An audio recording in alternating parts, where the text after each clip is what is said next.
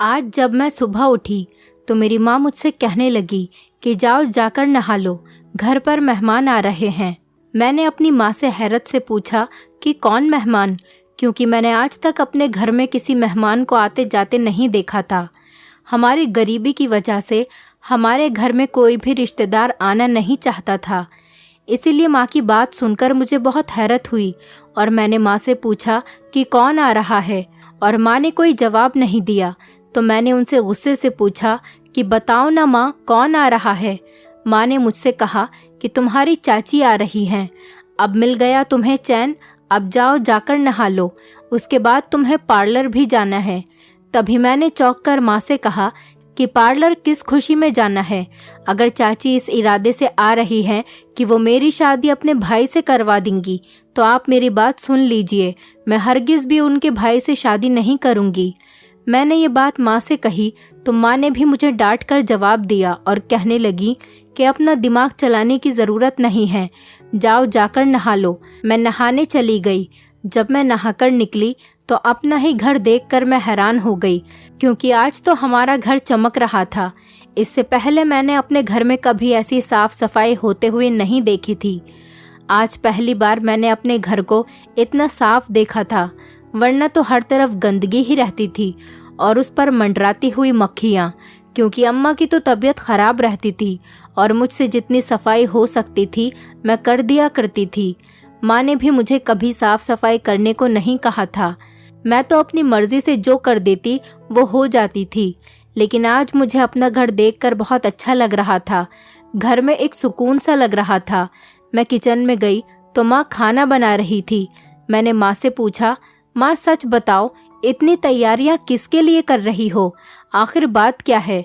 तब माँ ने मुझे बताया कि तुम्हारी चाची आ रही है और उन्होंने पैसे भी भेजे हैं और कहा है कि तुम्हें अच्छे से पार्लर से तैयार करवा लें।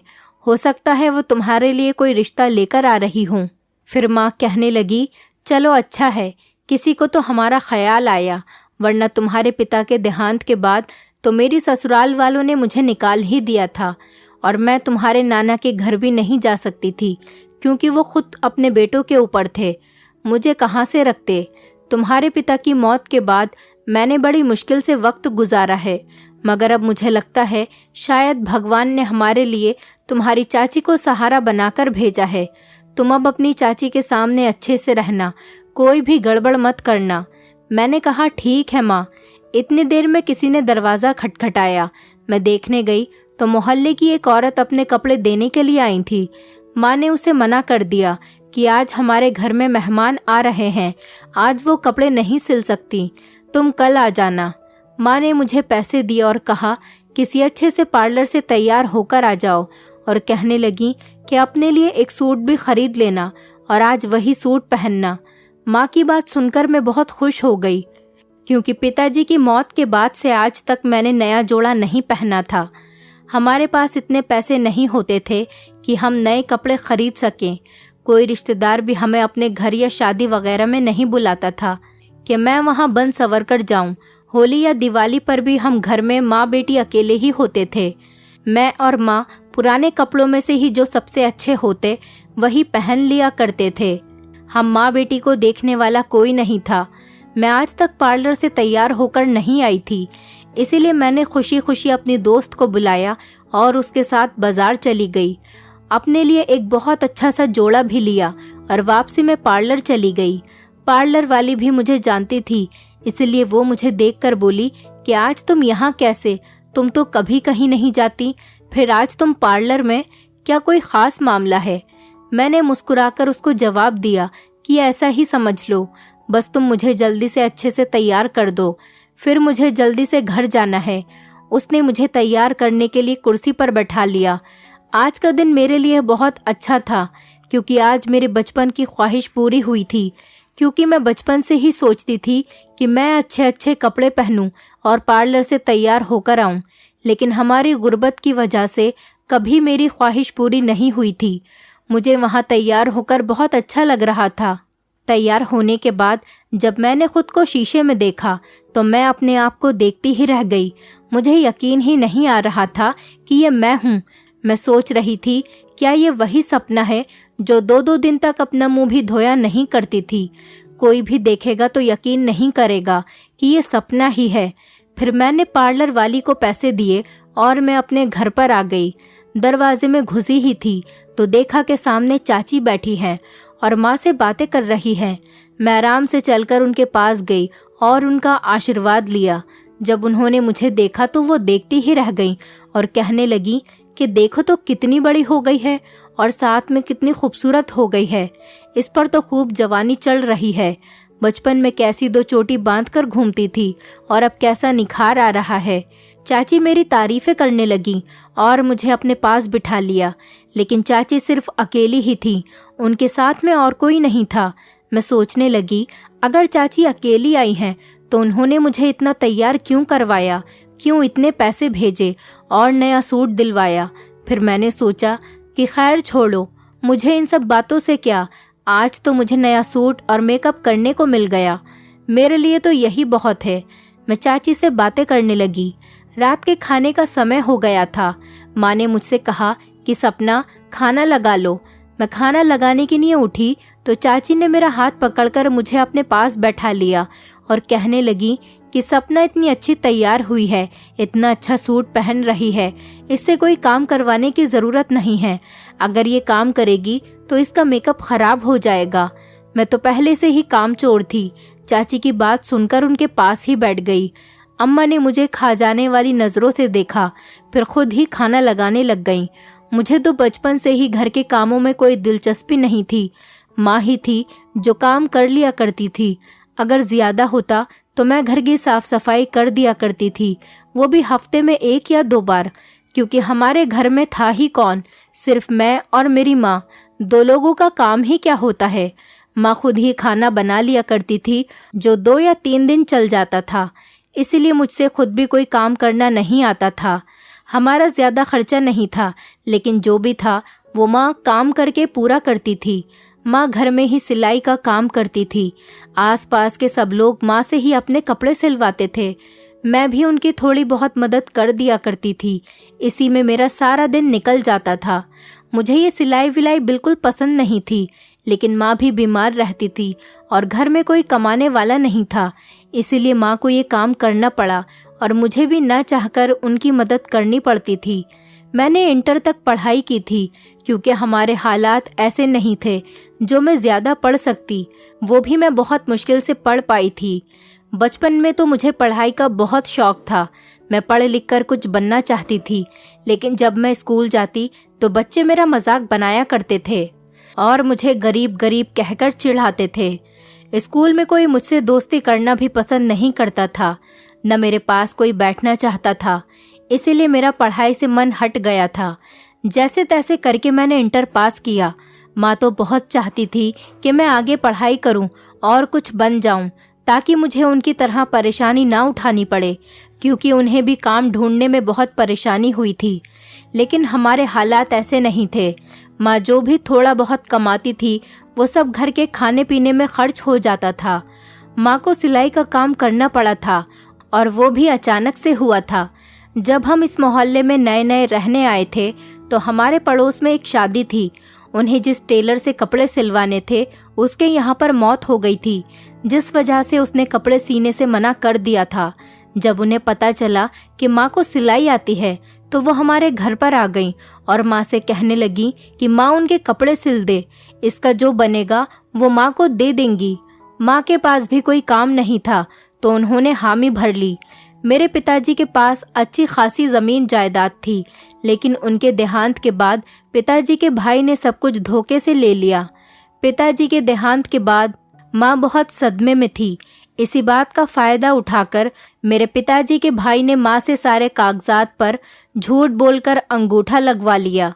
मेरी माँ पढ़ी लिखी नहीं थी और मैं भी उस समय बहुत छोटी थी। उन्होंने कहा कि वो सारी जायदाद सपना के नाम कर रहे हैं। माँ ने बिना सोचे समझे उन पर भरोसा करके सारे कागजात पर अंगूठा लगा दिया। मैं अपनी माँ की इकलौती औलाद थी, इसीलिए माँ ने सोचा कि सब कुछ मेरे नाम हो जाए, यही ठीक रहेगा। कुछ दिनों तक तो सब कुछ ठीक रहा। हमें किसी ने कुछ नहीं कहा, लेकिन पिताजी के देहांत के 1 महीने के बाद पिताजी के भाई ने हमें घर से निकलने के लिए कह दिया। ये सुनकर माँ ने कहा कि हम इस घर से नहीं जाएंगे, यहाँ पर हमारा हिस्सा है। माँ की बात सुनकर बड़े पापा हंसने लगे और कहने लगे कि कौन सा हिस्सा, वो तो तुमने खुद अपनी मर्जी से मेरे नाम कर दिया था। ये सुनते ही मेरी माँ हैरत से उनको देखने लगी और कहने लगी कि मैंने ऐसा कुछ भी नहीं किया है। उन्होंने सारे कागजात निकालकर माँ को दिखाए और कहने लगे, ये देखो, तुमने खुद अंगूठा लगाया था। भलाई इसी में है कि तुम दोनों माँ बेटी यहाँ से निकल जाओ, वरना मैं तुम्हें यहाँ से धक्के मारकर निकाल दूंगा। मेरी माँ ने बुआ और चाचा से इस बारे में बात की, लेकिन किसी ने माँ का साथ नहीं दिया। माँ ने पुलिस स्टेशन में भी रिपोर्ट करवाई, लेकिन बड़े पापा ने पुलिस में भी पैसे भर दिए थे। मेरे ननिहाल वालों ने भी माँ का साथ नहीं दिया, क्योंकि मेरी माँ ने मेरे बाबा से अपनी पसंद से शादी की थी। शादी के बाद ही मेरे माँ के घर वालों ने उनसे सारे रिश्ते नाते तोड़ दिए थे, यहाँ तक कि वो लोग पापा के देहांत में भी नहीं आए थे। माँ एक बार अपने घर पर गई थी, लेकिन उनकी भाभीियों ने उन्हें साफ कहकर निकाल दिया था कि तुम्हारी इस घर में अब कोई जगह नहीं है, आइंदा इस घर में कदम भी मत रखना। मेरी माँ अकेली औरत थी, आखिर करती भी तो क्या करती। सभी लोगों ने उनसे मुंह मोड़ लिया था, किसी ने भी माँ का साथ नहीं दिया। फिर हम दूसरे शहर आ गए। यहाँ मेरे पिताजी का एक और घर था जो मेरी माँ के नाम पर था। इसके बारे में किसी को कुछ नहीं पता था। अगर पता होता तो शायद बड़े पापा इस घर को भी अपने नाम में करवा लेते। हम लोग यहाँ रहने आ गए। हम यहाँ आ तो गए थे, लेकिन हमारे पास पैसे नहीं थे। 2-3 दिन तो हमारा गुजारा हो गया, उसके बाद हमारे पास खाने पीने के लिए कुछ भी नहीं था। माँ कहीं काम ढूंढने के लिए निकल गई। शाम को जब वो वापस आई तो वो बहुत ज़्यादा थकी हुई थी। मैंने उनसे पूछा कि माँ, कहीं काम मिला? तो उन्होंने ना में सर हिला दिया। कहने लगी कि बेटा, ऐसे अनजान लोगों को कोई काम पर नहीं रखता और हमें कोई जानता भी नहीं है। अगले दिन फिर माँ सुबह ही काम की तलाश में निकल पड़ी। शाम को जब वो घर आई तो कल से भी ज़्यादा थकी हुई थी। मैंने माँ से पूछा, माँ, क्या आपको आज कहीं पर काम मिला? उन्होंने कहा कि हाँ, एक घर में साफ सफाई का काम मिला है। उनकी हालत देखकर मैं बहुत ज़्यादा रोई, क्योंकि बचपन से ही मैंने अपने घर में नौकरों को काम करते हुए देखा था। मेरे पिताजी की आमदनी बहुत अच्छी थी। माँ ने कभी घर का कोई काम नहीं किया था। आज उनको दूसरों के घर में काम करना पड़ रहा था। मुझसे उनकी ये हालत देखी नहीं जा रही थी। मैंने उनसे ये काम करने से साफ मना कर दिया। माँ ने कहा कि 1-2 दिन ये काम करके गुजारा कर लेते हैं, फिर कुछ और काम ढूंढ लूंगी। अगले दिन जब वो काम के लिए निकल रही थी तो मैंने उन्हें नहीं जाने दिया। मैंने उनसे जिद लगा ली कि वो ये काम नहीं करेंगी। उन्होंने छुट्टी कर ली और सारा दिन घर पर ही रही। शायद भगवान ने मेरी सुन ली थी। उसी दिन हमारे पड़ोस की एक आंटी माँ के पास कपड़े सिलवाने के लिए आ गईं। अब माँ ने मजबूरी में और हालात को देखते हुए उनके कपड़े सिलकर दे दिए। उन्होंने सिलाई के पैसे माँ के हाथ में दिए, जिससे माँ घर में खाने पीने के लिए सामान लेकर आ गई। रात को जब हम सोने के लिए लेटे तो माँ ने मुझे समझाते हुए कहा कि बेटा, अब हमारा कोई और सहारा नहीं है। मुझे खुद ही घर से बाहर कमाने के लिए निकलना पड़ेगा, और तुम ऐसे ही करोगी तो मैं काम नहीं कर पाऊंगी। फिर हमारे पास खाने के लिए कहाँ से आएगा? मैं माँ की बात समझ गई थी। पड़ोस की जो आंटी माँ से कपड़े सिलवाकर लेकर गई थी, वो हमारे घर फिर से आईं और कहने लगी कि आपने हमारे कपड़े बहुत अच्छे सिए हैं, अब से आप ही हमारे कपड़े सिया करें। आप जितने भी पैसे बोलेंगी वो हम आपको दे दिया करेंगे। माँ ने भी सोचा कि घर बैठे बिठाए काम मिल रहा है तो क्यों ना मैं यही काम कर लूं। इससे मैं घर पर भी रहूंगी और सपना पर भी ध्यान दे सकूंगी। और इस समय माँ के पास कोई कामकाज भी नहीं था। उन्होंने जहाँ साफ सफाई का काम किया था, वहाँ पहले दिन ही छुट्टी करने की वजह से उन्होंने माँ से काम करने को मना कर दिया था। अब माँ को फिर से धक्के खाने पड़ते दूसरा काम ढूंढने के लिए। इसीलिए माँ ने उनसे हामी भर ली। मैं भी ये सब कुछ देखकर बहुत खुश हुई कि चलो अब मेरी माँ को दूसरों के घरों का काम करना नहीं पड़ेगा। देखते देखते ही मोहल्ले के सारे लोग माँ से ही कपड़े सिलवाने लगे, क्योंकि माँ बहुत अच्छे कपड़े सीती थी। इससे हमें अच्छे खासे पैसे भी मिल जाते थे और हमारा खर्चा भी पूरा हो रहा था। माँ ने मेरा एडमिशन स्कूल में करवा दिया था। मैं रोज़ स्कूल जाती थी और अम्मा घर में कपड़े सीती थी। स्कूल में सब बच्चे अपने घर से बहुत अच्छा खाना लेकर आते थे, लेकिन मेरे पास ना पैसे होते थे और ना ही खाने के लिए कुछ होता था। ये देखकर सारे बच्चे मेरी बहुत मजाक बनाते थे। इसी वजह से मेरा स्कूल में दिल नहीं लगता था। अब तो मेरा स्कूल जाने का भी मन नहीं करता था। मैडम भी हर समय मुझे डांटती रहती थी। जैसे तैसे करके मैंने इंटर किया और घर में माँ का हाथ बटाने लगी। इसके बाद घर में चाची ने आना जाना शुरू कर दिया, जो कि हमारे लिए बहुत हैरत की बात थी। माँ को तो बिल्कुल भी उम्मीद नहीं थी कि कोई उनकी ससुराल से उनको देखने के लिए भी आएगा, मगर अब चाची हमारे घर पर आ जाया करती थी। खैर, रात के खाने के बाद अम्मा ने चाची का बिस्तर दूसरे कमरे में लगा दिया। मैं तो चाची के पास ही बैठी रही थी। उन्होंने भी मुझे अपने पास से उठने नहीं दिया था। अगर मैं किसी काम से उठकर भी जाती तो मुझे बुला लिया करती और अपने पास बैठा लेती। रात को जब सोने का समय हुआ, माँ ने चाची से कहा, मैंने तुम्हारा बिस्तर दूसरे कमरे में कर दिया है। ये सुनकर वो कहने लगी कि तुम सपना का बिस्तर भी मेरे साथ ही लगा दो। आज मैं सपना के साथ सोऊंगी। मुझे उससे बहुत सारी बातें करनी है। वैसे तो मैं रोज माँ के पास ही सोती थी, लेकिन आज खुद ही चाची के पास सो गई। माँ अपने कमरे में सोने चली गई। लेटने के बाद चाची मुझसे बातें करने लगी। बातें करते करते अचानक वो उठी और अपना बैग खोला और उन्होंने मुझे बैग में से मिठाई निकाल कर दी, जो मैंने खुशी से उनसे ले ली और खाने लगी। खाते खाते मैंने चाची से कहा कि आप भी तो खाइए, लेकिन उन्होंने मना कर दिया।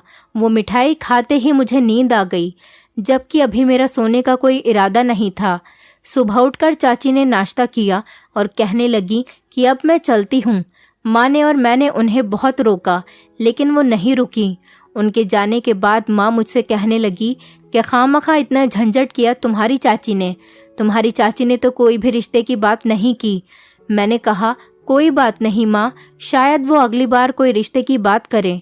माँ ने कहा कि वो कोई इशारा ही देकर चली जाती ताकि हम भी कुछ समझ जाते, लेकिन उन्होंने तो इस तरीके की कोई बात ही नहीं की।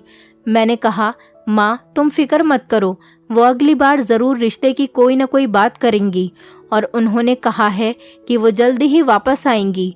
वो हमारे लिए बहुत सारे गिफ्ट्स लेकर आई थी। उनके जाने के बाद मैं उसे देखने बैठ गई। वो मेरे लिए बहुत सारा सामान लेकर आई थी। अब मुझे उनके दोबारा आने का इंतज़ार था ताकि मेरे लिए कोई अच्छा सा रिश्ता बताएं।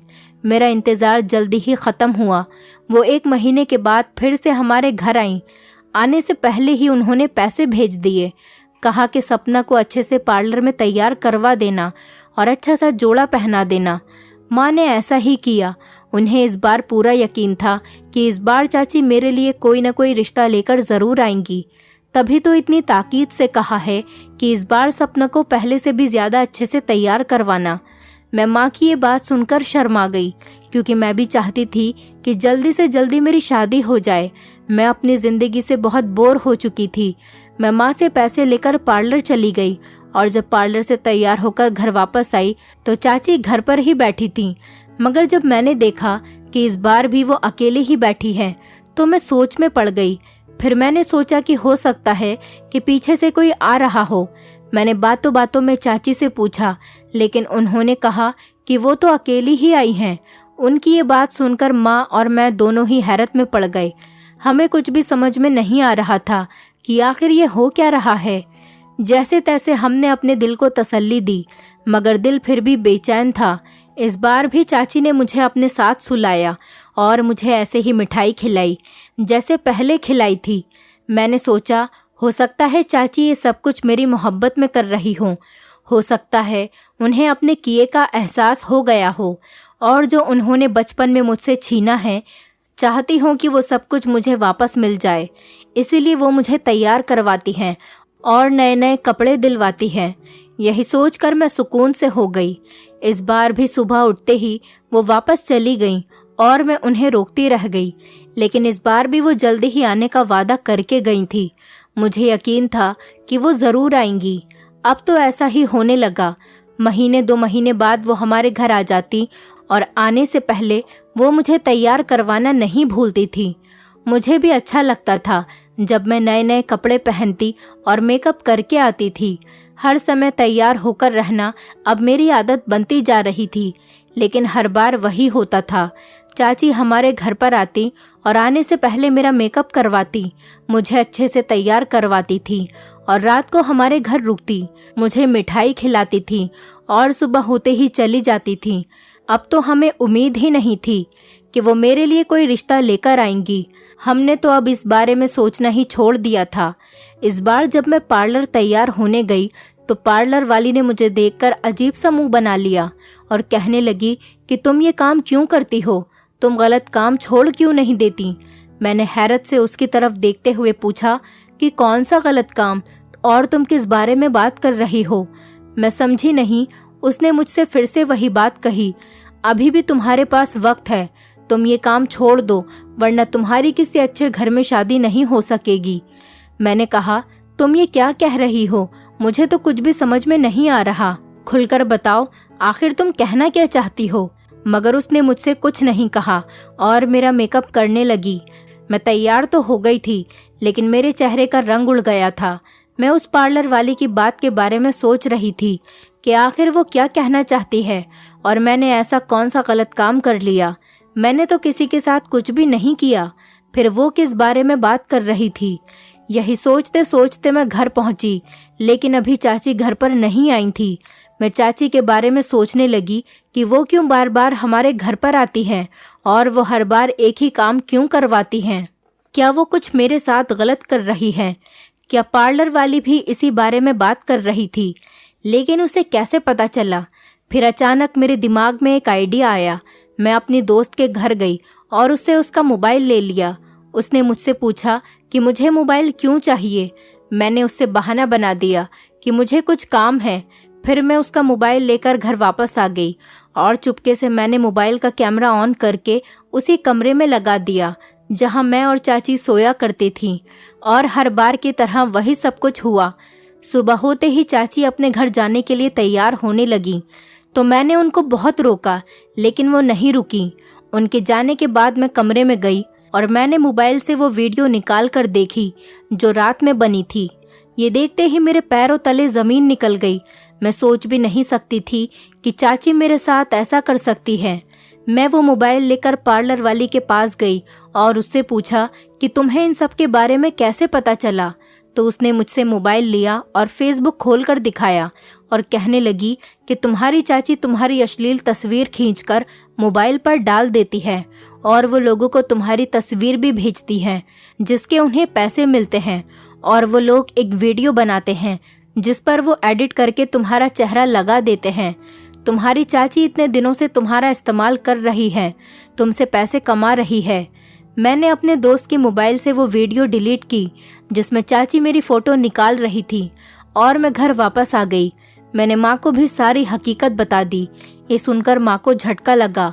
वो कुर्सी पर बैठ गई और कहने लगी कि मैं तो सोच रही थी कि तेरी चाची को अपने किए का पछतावा है, इसीलिए वो हमारे घर पर आती जाती है, तेरे साथ इतनी मोहब्बत से रहती हैं, लेकिन वो तेरे साथ ऐसा गलत काम करेगी मैं सोच भी नहीं सकती थी। अगली बार जब चाची घर पर आई तो मैं घर के कपड़ों में ही थी।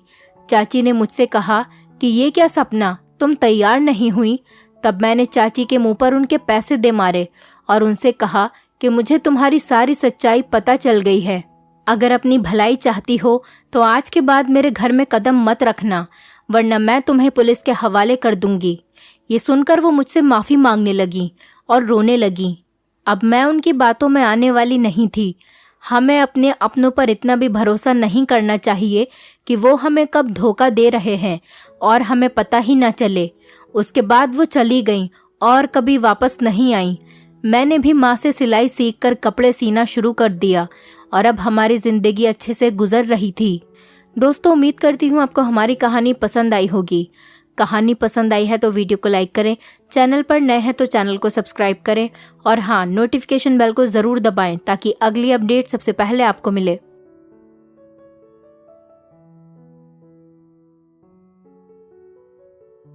दोस्तों, इस कहानी में आप जानेंगे कि मैंने अपने दूर के रिश्ते की मौसी को कैसे राजी किया। वो सब करने के लिए कहानी बेहद रोमांटिक है, इसलिए प्लीज लास्ट तक बने रहें। मैंने मौसी से कहा, मैं आपसे बहुत प्यार करता हूं। मौसी थोड़ी देर तक तो चुप रही। फिर उन्होंने कहा, सौरभ, मैं भी तुम्हारे लिए कुछ महसूस करती हूं, लेकिन ये रिश्ता समाज के लिए सही नहीं है। उनकी बातों ने मुझे झकझोर दिया था। क्या समाज के डर से हम अपनी भावनाओं को मार देंगे? मैंने उनसे पूछा। उन्होंने गहरी नजरों से मेरी तरफ देखा। सौरभ, जिंदगी सिर्फ भावना से नहीं चलती, कुछ सीमाएं हमें खुद बनानी पड़ती है। इतना कहकर मौसी मेरे गले से लिपट गई और रोने लगी। मैंने कहा, मौसी, अगर हर इंसान सीमाओं के बारे में या समाज के बारे में सोचेगा तो फिर तो प्यार नाम का शब्द बचेगा ही नहीं। ये कहकर मैंने मौसी को और भी ज्यादा कसकर अपनी बाहों में भर लिया था। मौसी ने कहा, शायद तुम ठीक कह रहे हो, लेकिन फिर भी ये सब गलत है। मैंने भी देर न करते हुए मौसी के होठों पर अपने होठ रख दिए और कहा, कुछ भी गलत नहीं है। ना तो मैं आपका सगा भांजा हूं, ना आप मेरी सगी मौसी हैं। फिर इसमें गलत क्या है? अब शायद मौसी भी तैयार हो गई थी और उन्हें ये बात अच्छी तरह समझ आ गई थी। फिर वो मुस्कुराते हुए कहने लगी, लगता है आज तुम नहीं मानोगे। मुझे तो लगता है आज तुम पूरी मनमानी करोगे। मैंने कहा, मौसी, आज मैंने अपना पूरा मन बना लिया है। देखना आपको भी बहुत अच्छा लगेगा। इसी तरह धीरे धीरे हम दोनों बेहद करीब आ चुके थे। इस वक्त मैं और मौसी आंगन में बिल्कुल अकेले थे और चारों तरफ अंधेरा ही अंधेरा था। मौसी की तरफ से रजामंदी मिलते ही मैंने मौसी को गोद में उठा लिया और कमरे में ले गया और फिर पूरी रात चलिए दोस्तों कहानी को शुरू से सुनाती हूं। ये सब कैसे शुरू हुआ और कहां शुरू हुआ? हेलो दोस्तों, स्वागत है आप सभी का हमारी एक और रोमांचक कहानी। मैं उम्मीद करता हूं आपको ये कहानी बेहद पसंद आएगी। मेरा नाम सौरभ है और ये मेरी सच्ची कहानी है। ये बात 6 महीने पहले की है। मेरे मामा की यहां पर शादी थी तो हम लोग पहले से ही वहां पहुंच गए थे। हम उनके घर पर ही रुके हुए थे। उसी दिन दूर के रिश्ते की एक मौसी आई। उनसे मेरी मुलाकात पारिवारिक समारोह में होती रहती थी तो अच्छी जान पहचान भी हो गई थी। उनकी उम्र करीब 30 साल के करीब थी। दिखने में वो 25 से 26 की ही लगती थी। मौसी गांव की ही रहने वाली थी। दोस्तों बता दो कि मौसी की शादी नहीं हुई थी। मौसी ने जिंदगी में शादी नहीं करने का फैसला किया था। मौसी को तो मैं बहुत पहले से ही पसंद करता था और उनके बारे में सोचता रहता था। मेरा मन था कि मौसी के साथ कुछ हो जाए तो मजा ही आ जाएगा। खैर, अगले दिन शादी की तैयारियां करनी थी तो दिन शुरू होते ही काम भी शुरू हो गया। मैं भैया के साथ भवन में सामान ले जाने लगा। पूरा दिन ऐसे ही निकल गया। फिर रात हुई तो संयोग ऐसा हुआ कि मुझे मौसी के कमरे में ही सोने का मौका मिला। हम दोनों एक ही कमरे में सो रहे थे। मैं मौसी से बात करना चाहता था, लेकिन मैं डर रहा था कि कहीं वो गुस्सा न हो जाए। फिर थकान की वजह से मुझे नींद आने लगी तो मैं सो गया। फिर सुबह उठकर मैं बाथरूम में घुस गया और नहाने लगा। थोड़ी देर बाद मौसी दरवाजा खटखटाने लगी। मैंने पूछा, क्या हुआ मौसी? वो बोली, तुझे कितना टाइम और लगेगा नहाने में? मैंने कहा, अभी तो शुरू ही किया है, नहाना क्या हुआ? मौसी बोली, मुझे भी जाना है। घर में एक ही बाथरूम था और वो भी अटैच था, इसलिए मौसी के लिए मजबूरी हो गई थी। मैं भी सोच रहा था कि आखिर क्या करूं? गीले बदन के साथ एकदम मैं कैसे बाहर निकलूं? फिर मैंने जल्दी जल्दी नहाना शुरू कर दिया। दरवाजे के पीछे से मौसी की आवाज फिर से आई, सौरभ जल्दी करो, बहुत जरूरी है। मैंने कहा, बस 2 मिनट मौसी। वो एकदम से झुंझला गई। जल्दी करो, समझे नहीं? मैं गीले बदन तौलिए में लिपटा बाहर निकला। मौसी दरवाजे के पास ही खड़ी थी। उनकी नजरें झुकी हुई थी। वो जल्दी से बाथरूम में चली गई। मैं कमरे में आकर कपड़े पहनने लगा। थोड़ी देर बाद मौसी बाहर आई। वो मुझे देखकर मुस्कुराई। इतनी देर क्यों लगाते हो? उन्होंने मुझसे पूछा। मैंने कहा, इतनी जल्दी तो निकल आया। मौसी ने तंज कसते हुए कहा, ये इतनी जल्दी था। ये बात कहकर हम दोनों ही हंसने लगे। दिन भर शादी की तैयारियां चलती रही। मौसी हर काम में व्यस्त रही, लेकिन उनकी मुस्कान मेरे दिमाग में अटकी रही। रात को फिर वही कमरा मिला। हम दोनों फिर एक साथ थे। मौसी पलंग पर थी, मैं नीचे बिस्तर पर। उन्होंने पूछा, थक गए हो क्या? मैंने कहा, हाँ थोड़ा सा। क्या आप भी थकावट महसूस कर रही हो? उन्होंने कहा, हाँ थोड़ी बहुत मुझे भी थकावट हो रही है, पर मजा भी आ रहा है। मैंने धीरे से कहा, आंख खुश लग रही है। मौसी ने ठंडी सांस ली। हाँ खुश तो हूं, पर अंदर कुछ खाली सा लगता है। मैंने बात बदल दी, आपने शादी क्यों नहीं की? मौसी चुप हो गई। हर किसी की अपनी कहानी होती है। सौरभ, मैंने महसूस किया कि यह सवाल नहीं करना चाहिए था। माहौल थोड़ी देर के लिए गंभीर हो गया। फिर मौसी ने खुद बात शुरू की, पर मैं खुश हूं। तुम्हें देखकर अच्छा लगता है। मैं चौंक गया। मैंने पूछा। मौसी मुस्कुराती, तुम्हारी नादानियां अच्छी लगती है। उस रात मैंने पहली बार महसूस किया कि मौसी की मुस्कान में कुछ और भी है। एक अलग किस्म की गर्मजोशी। अगली सुबह शादी का मुख्य दिन था। घर में हलचल मची हुई थी। मैं और मौसी फिर से काम में लग गई। मौसी ने मुझसे कहा, यह मंडप में सजावट की जिम्मेदारी तुम्हारी है। मैंने सर हिलाया और काम शुरू कर दिया। सारा दिन भागदौड़ में निकल गया।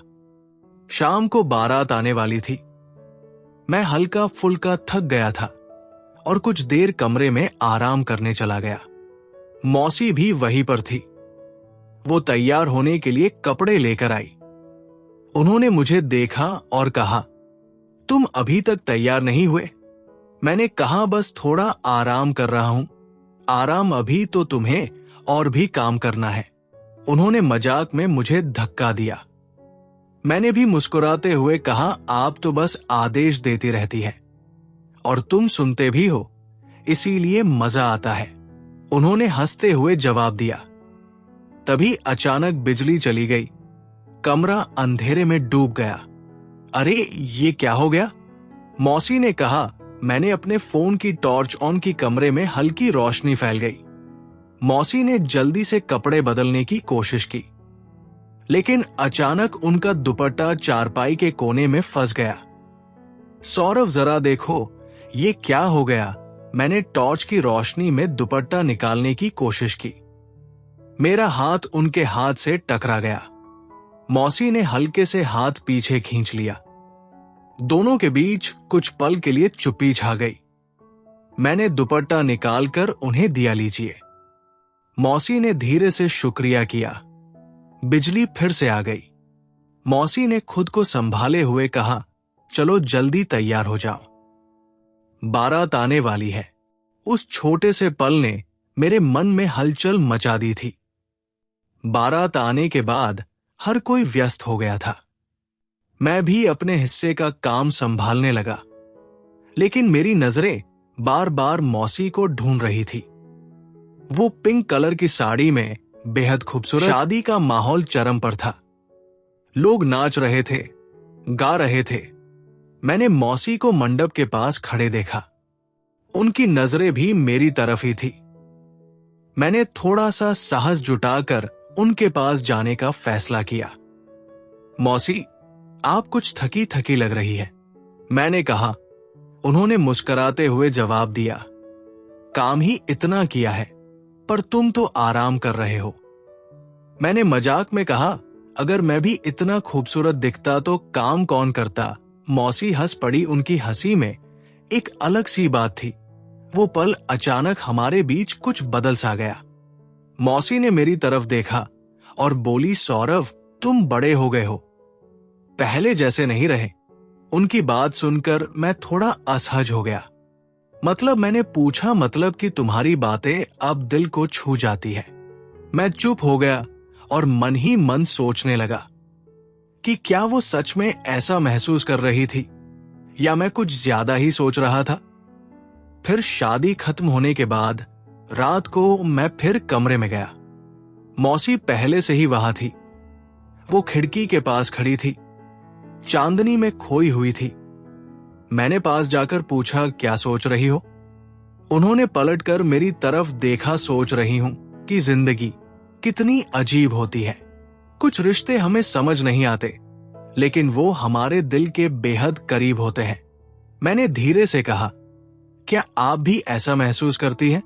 मौसी ने कुछ नहीं कहा, वो बस मेरी तरफ देखती रही। उनकी आंखों में वो जवाब था जिसे मैं सुनना चाहता था। उस पल हम दोनों के बीच एक अजीब सा जुड़ाव महसूस हुआ। शायद ये प्यार था, या शायद कुछ और जो प्यार से भी ज्यादा गहरा था। उस रात चुप्पी के बीच कई बातें हो गई। हम दोनों बिना शब्दों के ही एक दूसरे को समझ रहे थे। मौसी ने खिड़की से बाहर देखते हुए कहा, सौरव, कुछ बातें बोलने से डर लगता है। मैंने धीरे से पूछा, क्यों डर किस बात का है? उन्होंने मेरी तरफ देखा और बोली, जो रिश्ता है ही नहीं वो कहीं टूट न जाए। उनकी बातों ने मुझे अंदर तक झकझोर दिया। मैंने साहस करते हुए कहा, जो महसूस होता है उसे छुपाने से बेहतर है। उसे समझना। मौसी पल भर के लिए थिटक गई। उनकी आंखों में एक अजीब सी चमक थी। तुम बहुत समझदार हो गए हो। सौरव, कमरे में अजीब सा सन्नाटा छा गया। मैंने माहौल हल्का करने के लिए कहा, आपकी इतनी तारीफ सुनकर तो मैं शर्मा जाऊंगा। मौसी हंसी, तुम्हारी ये बातें मुझे कमजोर बना देती है। उन्होंने कहा, मैं हैरान रह गया, कमजोर? आप तो इतनी मजबूत है। मैंने कहा। उन्होंने गहरी सांस ली। सौरव, दिल की बातों में सबसे ज्यादा ताकत चाहिए होती है। हम दोनों की नजरें मिली और आंखों में जो एहसास था वो मुझे रोमांचित कर रहा था। तभी कमरे के बाहर किसी के आने की आहट हुई। मौसी तुरंत खामोश हो गई। मैंने दरवाजा खोला तो सामने एक रिश्तेदार खड़ा हुआ था। सौरव, मंडप में कुछ काम बाकी है, जल्दी आओ, उसने कहा। मैं बाहर जाने लगा। मौसी ने मुझे रोकते हुए धीरे से कहा, सौरव, एक बात कहना चाहती हूं। मैंने पूछा, क्या? वो हल्के स्वर में बोली, अपने दिल की बात कभी छुपाना मत। उनकी इस बात ने मुझे अंदर तक झकझोर दिया था। मैंने कहा, अगर मैंने अपने दिल की बात कही तो क्या आप सुन पाएंगी? मौसी थोड़ी देर तक चुप रही, फिर धीरे से मुस्कुराई और बोली, कहकर तो देखो। उनकी मुस्कान में छिपे रहस्य ने मुझे और भी ज्यादा रोमांचित कर दिया था। क्या ये इशारा था कि वो भी मेरे लिए कुछ महसूस करती है? मैं मंडप की ओर बढ़ गया, लेकिन मेरा दिल अब मौसी के पास था। शादी की रस्में खत्म होते होते रात गहरी होती चली गई। मैं मंडप में खड़ा था, पर ध्यान कहीं और था। हर पल मुझे मौसी की बात याद आ रही थी। क्या मैं उन्हें सच में सब कुछ बता सकता था? क्या वो सच में सुनने को तैयार थी? मैं खुद से सवाल करता रहा। थोड़ी देर बाद मैं कमरे में वापस आया। मौसी वहां नहीं थी, उनका सामान भी नहीं था। मेरे दिल में अजीब सी बेचैनी होने लगी। मैंने घर के हर कोने में उन्हें ढूंढा। आखिरकार मुझे वो आंगन में मिली। वो खामोश सी बैठी हुई थी, आसमान की तरफ देख रही थी। मैंने पास जाकर पूछा, मौसी, यहां अकेले क्यों बैठी हो? वो चौंक गई। शायद मुझे इतनी जल्दी ढूंढने की उम्मीद नहीं थी। उन्हें बस कुछ सोच रही थी। उन्होंने कहा। मैंने हिम्मत जुटाई और उनके पास बैठ गया। क्या सोच रही थी? उन्होंने मेरी तरफ देखा। सौरव, जिंदगी में कुछ रिश्ते ऐसे होते हैं जो बने नहीं होते पर महसूस जरूर होते हैं। उनकी बात सुनकर मेरा दिल तेजी से धड़कने लगा था। मैंने कहा, आप कुछ कहना चाहती है तो कहिए। उन्होंने एक गहरी सांस ली। सौरव, मैं जानती हूं कि तुम क्या महसूस करते हो। उनकी बात सुनकर मैं एकदम सन्न रह गया। आपको कैसे पता? उन्होंने हल्के से मुस्कुराकर कहा, तुम्हारी आंखें सब बता देती हैं। मेरे पास शब्द नहीं थे। मैंने धीरे से कहा, मैं आपसे बहुत प्यार करता हूं। मौसी थोड़ी देर के लिए चुप रही। फिर उन्होंने कहा, सौरव, मैं भी तुम्हारे लिए कुछ महसूस करती हूं, लेकिन ये रिश्ता समाज के लिए सही नहीं है। उनकी बातों ने मुझे झकझोर दिया। क्या समाज के डर से हम अपनी भावनाओं को मार देंगे? मैंने पूछा। उन्होंने गहरी नजरों से मेरी तरफ देखा। सौरव, जिंदगी सिर्फ भावनाओं से नहीं चलती, कुछ सीमाएं हमें खुद बनानी पड़ती है। इतना कहकर मौसी मेरे गले लग गई और रोने लगी। मैंने कहा, मौसी, अगर हर इंसान सीमाओं के बारे में या समाज के बारे में सोचेगा तो फिर तो प्यार नाम का शब्द बचेगा ही नहीं। ये कहकर मैंने मौसी को और भी कसकर अपनी बाहों में भर लिया था। मौसी ने कहा, शायद तुम ठीक कह रहे हो, लेकिन फिर भी ये सब गलत है। मैंने मौसी के होठों पर अपने होठ रख दिए और कहा, कुछ भी गलत नहीं है न तो मैं आपका सगा भांजा हूं, ना आप मेरी सगी मौसी है। फिर इसमें गलत क्या है? अब शायद मौसी भी तैयार हो गई थी और उन्हें ये बात अच्छी तरह समझ आ गई थी। फिर वो मुस्कुराते हुए कहने लगी, लगता है आज तुम नहीं मानोगे। मुझे तो लगता है आज तुम पूरी मनमानी करोगे। मैंने कहा, मौसी, आज मैंने अपना पूरा मन बना लिया है, देखना आपको भी बहुत अच्छा लगेगा। इसी तरह धीरे धीरे हम दोनों बेहद करीब आ चुके थे।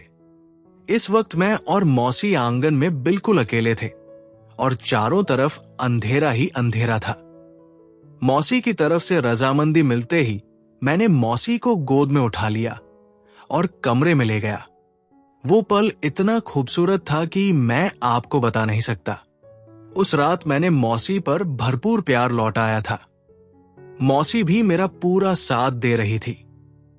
मैंने मौसी के बालों में हाथ फेरते हुए कहा, अब बताओ कैसा लग रहा है? मौसी ने शर्माते हुए कहा कि मैं बता नहीं सकती सौरव, तुमने मुझे कितना खुश किया है।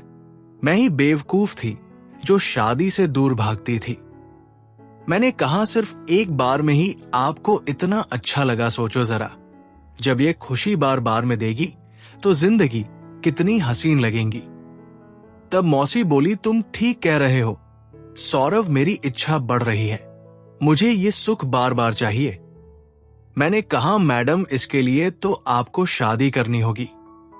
तब जाकर मौसी ने शादी का फैसला लिया। उस रात मैंने मौसी को प्यार का सही मतलब सिखाया था। तो दोस्तों, ये थी हमारी आज की कहानी। आपकी क्या राय है इस कहानी पर हमें कमेंट में जरूर बताएं। वीडियो अच्छी लगे तो लाइक करें, शेयर करें, सब्सक्राइब करें। धन्यवाद।